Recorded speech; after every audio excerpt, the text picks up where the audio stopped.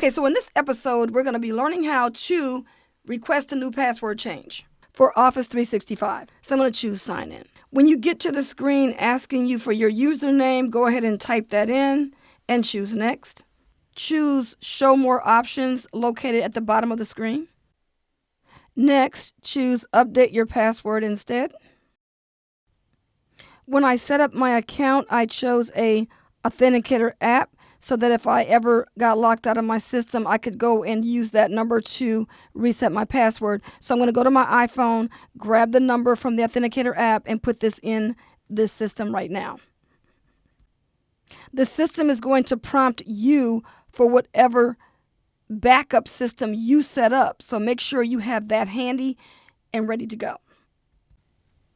After you enter in your code or your credentials, go ahead and choose Next, and then the system opens up for you to enter in your new password and confirm it. Once you do that, you can then click on Next to continue.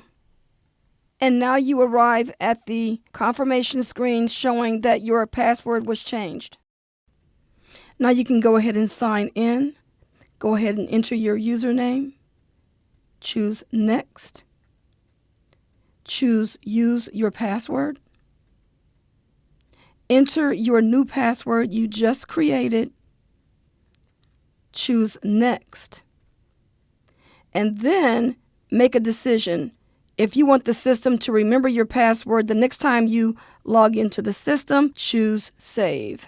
Now you can choose Next to accept the new terms. And then at the next screen, hit the cancel button so that you don't have to go in and set up your passkey right now.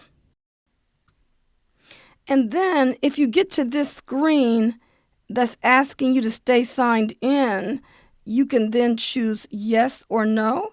And if I choose yes, now I don't have to keep going through all these hoops to get in. And it just logs me into my account.